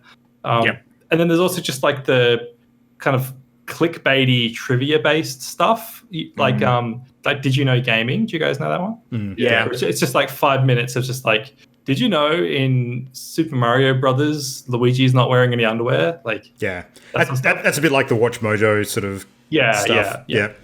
Where it's not like a deep dive, it's not necessarily for comedy, it's just like popcorn, just random stuff about games for video popcorn. Yeah, I think Did You Know Gaming's gotten better at that. Like they actually do historical stuff now. They actually will talk about the history behind a game or that sort of thing. But then there are certainly YouTube channels where it's like there's a whole meme about like video thumbnails of like red circles on shit that doesn't matter. Like it's like, oh, is this thing a thing? You know, like game theory is also shit. I don't even want to mention game theory. I don't fucking want to mention it either, but it's bleep that out in the audio. Bleep that channel name out. I don't want to talk about that channel. Bleep theory, yeah. Naturopath. Fucking seriously, yes. The guy who runs it, I'm convinced, is a sociopath. He's a sociopath. Yeah. Yep. 100% agree. We won't talk about it. Stop setting Christian's sensibilities. As far as that long form sort of industry and game commentary stuff goes, I want to point out one of my favorites, if not my favorite, hands down, is Danny O'Dwyer's No Clip. I fucking love that channel. It is amazing. Like it's just full long form video game documentaries over a host of different games that are ones that I tend to really enjoy listening to and hearing about. And he approaches it with just a level of professionalism that I think doesn't exist in many other places at all. No, those videos go like right into like actual documentaries. Oh, they're so good. You could put them up on Netflix and people would watch them as a documentary. Yeah, 100%. Yeah. One of my favorite ones, that kind of blurs the line between game essay and like technical breakdown is Boundary Break. Where basically like it's all about like, okay, we're going to hack into this game. We're going to turn No Clip on. We're just going to fly around and look at stuff that you can't normally see during gameplay. And it's really cute as a game developer because it's basically the story of this guy that doesn't make games, learning about how games are made by breaking out from the boundary. It's really nice. Is this what you're talking about, Matt? Channel. Boundary Break is the series name as opposed to the creator? Oh, yeah, no, that's it. Yeah, that's the stuff. Yeah. So Boundary Break looks like the creator is She says. Yeah. Yeah. Yeah. So they do really, really fun stuff. Like they just did one recently of Animal Crossing. So they actually showed that apparently in Animal Crossing, the world, you know how it's really kind of curved, like it's on a cylinder. It turns out it is actually on a cylinder, and you can keep on flying around in circles and just keep on looping back to the start. But every time you do, your character gets higher and higher up into the atmosphere. So you're flying around in the sky. It's really freaking weird. Yeah. but they ran into a couple of little things hidden in the game through that sort of stuff. So yeah, Boundary Break's good. Nice. I'll just throw a no clip up on screen while we're chatting as well. And some of the recent ones they've done, they've got a documentary on the Outer Worlds. They did Making of Pyre, heaps of Doom stuff, obviously. Big documentary on Warframe, which I think we talked about a little while back. Lots of Half-Life stuff. Yeah, super good content there. I do think there is one that you missed out on, though, Christian, and that is speedrunners and speedrunning. Oh, yeah, that's for sure. That's a whole thing I didn't mention. Yep. I watched a couple of speedruns recently, so that just jogged my memory. I watched a Cuphead one and a Teenage Mutant Ninja Turtles original NES game one. So I've watched a couple of speedruns, actually. Would you put that under maybe like an event category, though? Because I think like watching videos of events is kind of its own thing as well. But you also get speedrun aesthetic. Right, like, so there's a YouTube channel that I follow that's called Carl Jobst. That's the name of the guy that runs it. And he does like full histories of like, this speed run. How did it get to the point that it's currently at? And it's massively fascinating. But then there's also speed runners that I follow. So like there's Simple Flips, who is a Super Mario 64 speed runner, and he does stuff on YouTube and like he will speed run through Mario 64 hacks and that sort of thing, and it's really fucking cool. Like it's just really entertaining to watch. Actually, I take back what I said. I don't think speedrun would fall into events. I think that would probably fall into a separate category around skill-based gameplay, because it's different to like your how-tos stuff. It's almost like just watching the best of the best in terms of like the caliber of play. I think it's its own thing. Like speedrunning is a huge scene. I also want to mention Summoning Salt as another video, as a channel that breaks down speedrun records. So he's done usually like retro games, like he did the history of Punch Out and Super Mario Brothers 3, Mario Kart 64, Pokemon Red and Blue, and they're like half an hour videos, and it's like a chronological sort of history. But he does a lot of work in talking about the personalities, like the people behind the speedruns, and like when they started, and like how they responded to people beating their records, and grabs a lot of actual like Twitch clips and stuff from the moments when the records are broken, and kind of creates a lot of drama like that. A lot of retro games here by the look of it. Yeah. Yeah. It's really cool as well, because they actually keep you up to date on speed runs that have just been beaten, and show you how it's done and get mega super interesting. Yeah.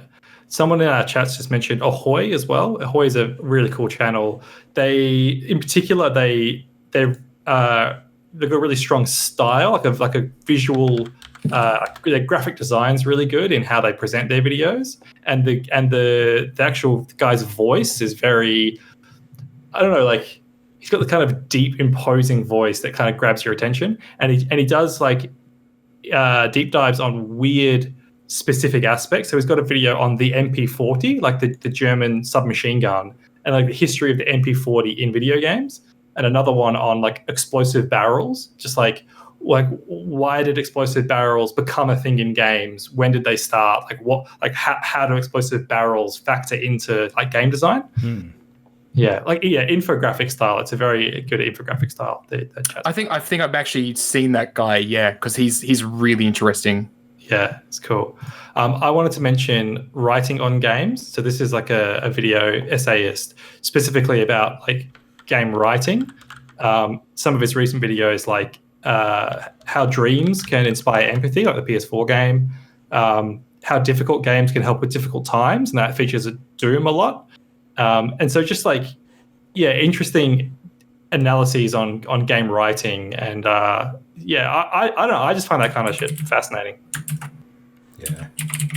I have seen recently one I do like is a trend related to speedrunning, where they'll get the game developers to watch someone speedrun, and they provide like commentary over it. They're like, "Hey, I thought you fixed that." It was like, "Oh, like they shouldn't have been able to get through there. Someone's getting fired." Like, it's quite cool. There's I guess a subgenre of speedrunning, which I've seen a couple of those that I quite like. Yeah. There's with the whole kind of lore category, there's a couple of YouTubers I found that I quite enjoy watching. So like Legend of Zelda has a YouTube channel called Zeltic, where he basically goes through like a whole bunch of lore around the Zelda history, and does a whole lot of theorizing. It's really, really interesting. Even though I'm not a massive Zelda fan, it's like the videos are massively entertaining to watch. I think we've all watched the My Name is Bife video for Destiny to actually do the catch up when people. I started, but then dropped it. Yeah. Yeah. His stuff is also really, really good. Like really good breakdowns. He's done a bunch of other stuff. Like he's done recent Doom stuff as well as Warframe and things like that as well. So yeah. Yeah. If we're talking lore, you have to mention Fatih Vidya. He like pioneered like a format of lore video with the Soul series. Did you say farty picture? Vati Vidya. Oh, okay. VAAT. But his content is very specific. It focuses on Souls games, but his style of video, I've seen a lot of other people adopt, like the way he actually. I know you've watched a couple of his videos, Adrian, on Sekiro.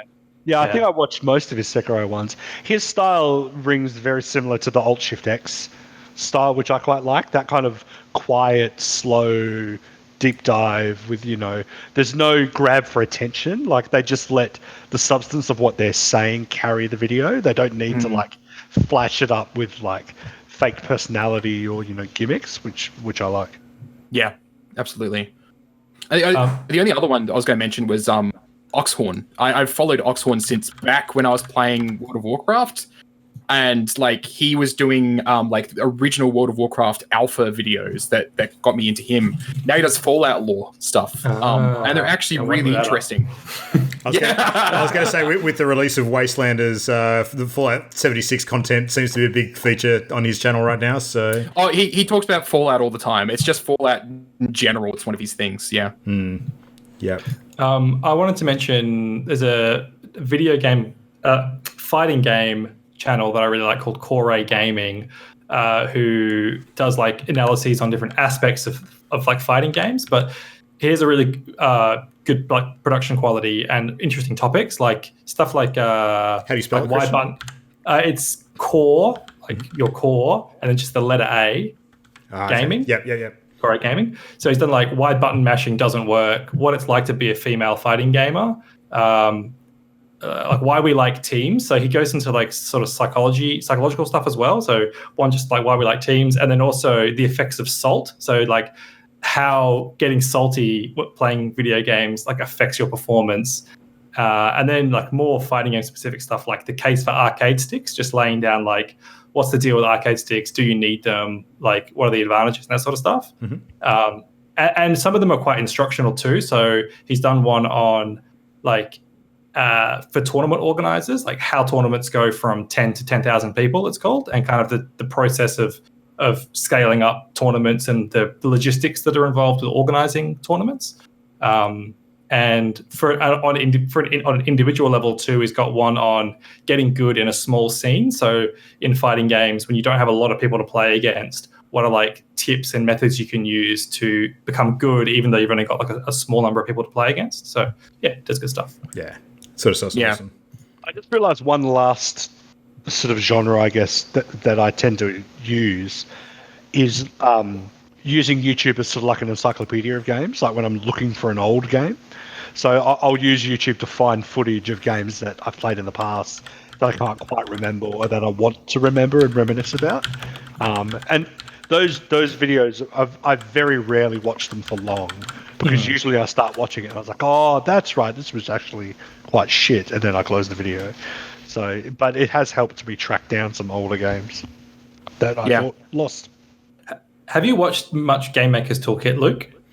I definitely have a little while back, because when I went through my period of trying to get my head around Game Maker Studio, I dived in and looked at some of that content as well as stuff of a similar nature. But I haven't for a while, so... You need to watch his latest video, which is Anatomy of a Doom Eternal fight. Oh, okay. And it's just like, really good. It's one encounter in Doom Eternal, and then he lays out, these are like the different stages of the fight, 1, 2, 3. These are where the enemies spawn, and then like talks about the kind of main focuses of what you pay attention to, how the way the fight unfolds like influences that. And it's just really cool, like a real deep dive into just like one Doom Eternal fight and what it says about the whole game. It's cool. Yeah.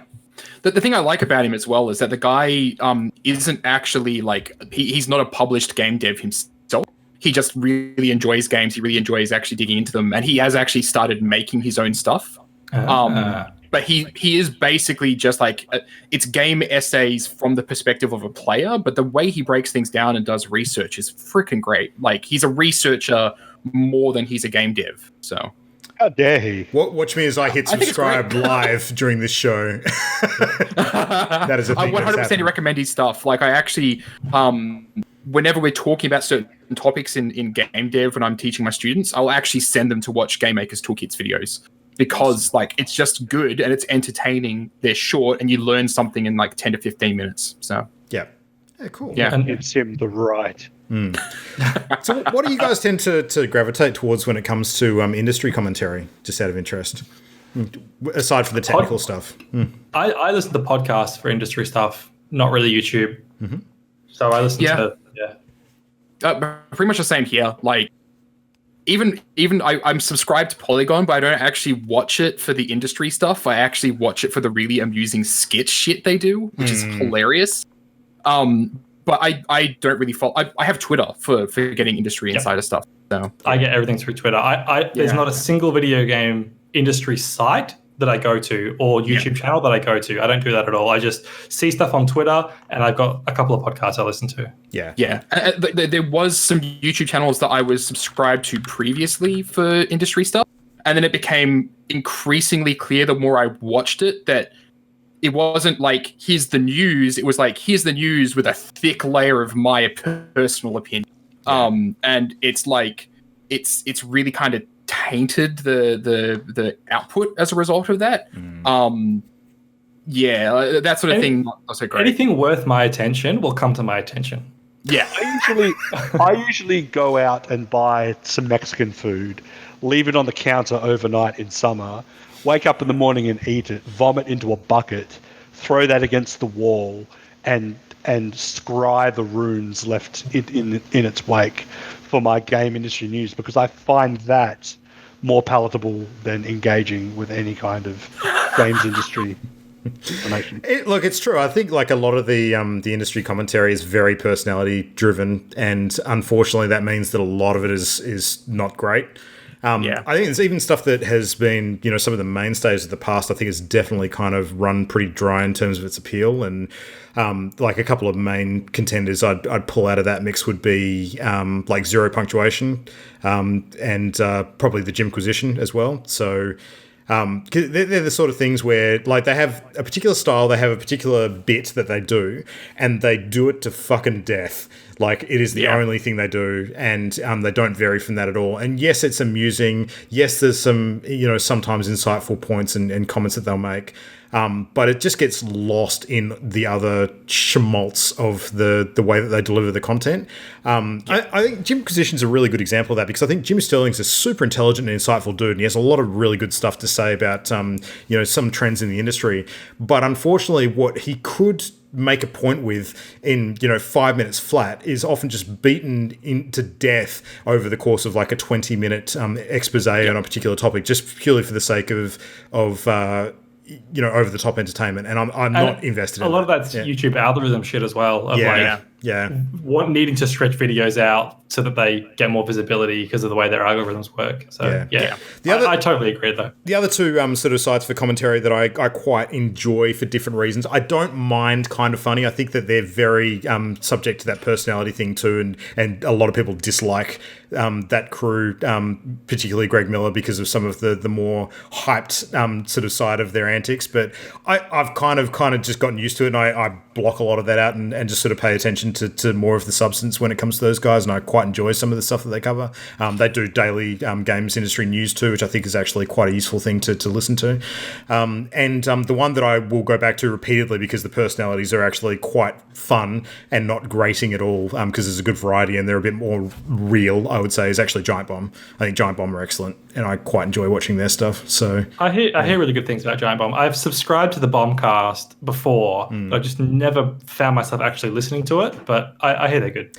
Giant Bomb's an interesting one because they actually have an East Coast and a West Coast team, and they kind of intermingle a certain amount. So the Giant Bombcast is the West Coast group, which are kind of like the Prime. They're like Giant Bomb Prime, if you like.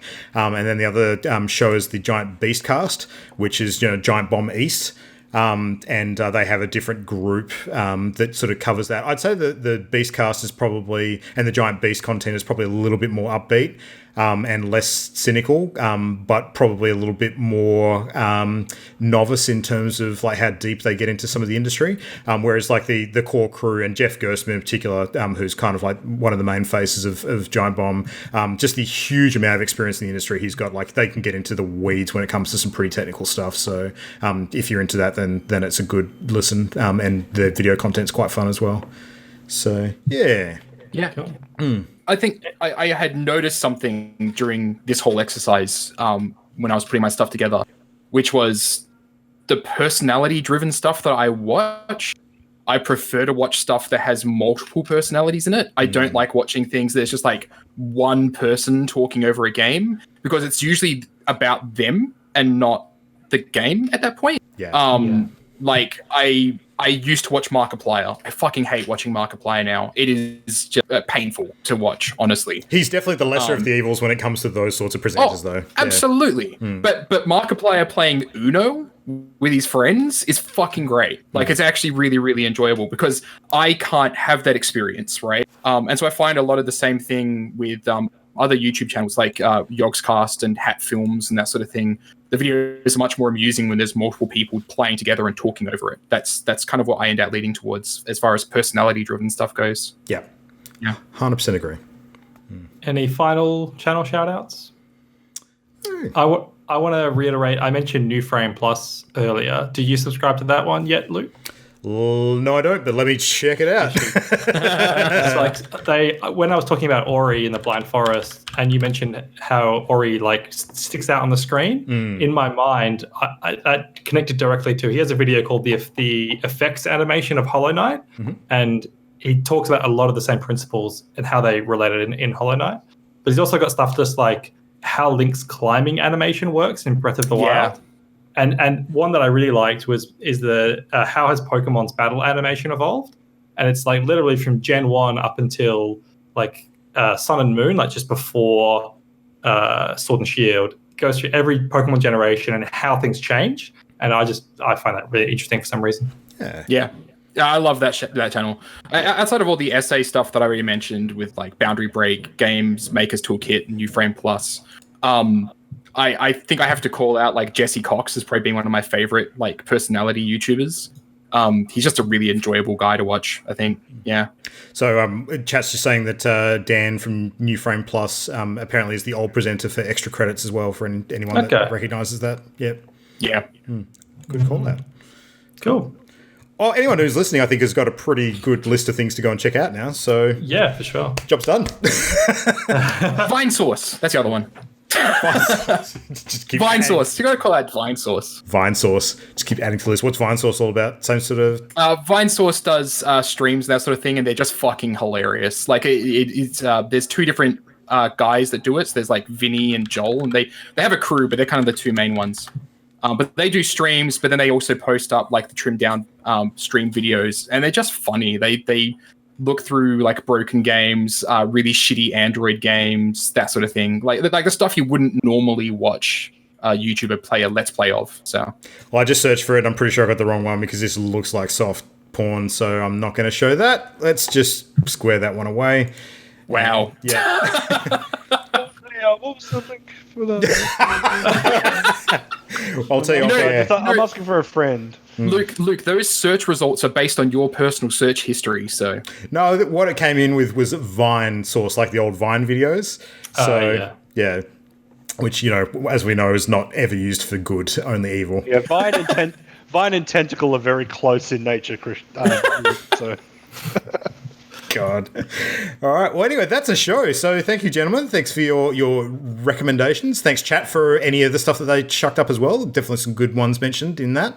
And hope you've enjoyed tonight's episode. So thanks, everyone. If anyone listening after the fact has got any recommendations for great YouTube or VOD gaming content that we can check out, then send it into all the usual places. So mail at partyloader.com, at partyloader show on Twitter, and of course, just find us via everywhere else, Facebook, what have you, searching for Party Loaded.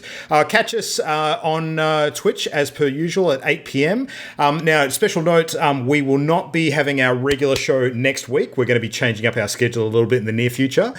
So no regular scheduled show next week. We may still be doing a stream of some sort. Check out our social media for updates on that once we chat about what we're going to do. But there's probably going to be something on. Just follow our sources to work out what that is, and we'll let you know as soon as we can. But that's it. So for those announcements and everything else, stay locked to those places. Twitch.tv/partyloaded as per usual, and all of our VOD content up on YouTube. Make sure you check that out. But that's it. We'll be back with our next regular scheduled episode in 2 weeks' time. But thank you very much, gentlemen, for your contributions tonight. Thank you, as always, Luke. That's it. Thank you, Luke. I don't know if I'm off to play some Persona or if I'm going to go fall in a YouTube hole. Gonna be honest. It could be an interesting night. But anyway, regardless of what happens, until next time, thanks very much for listening. We'll see you later. Night. Bye-bye.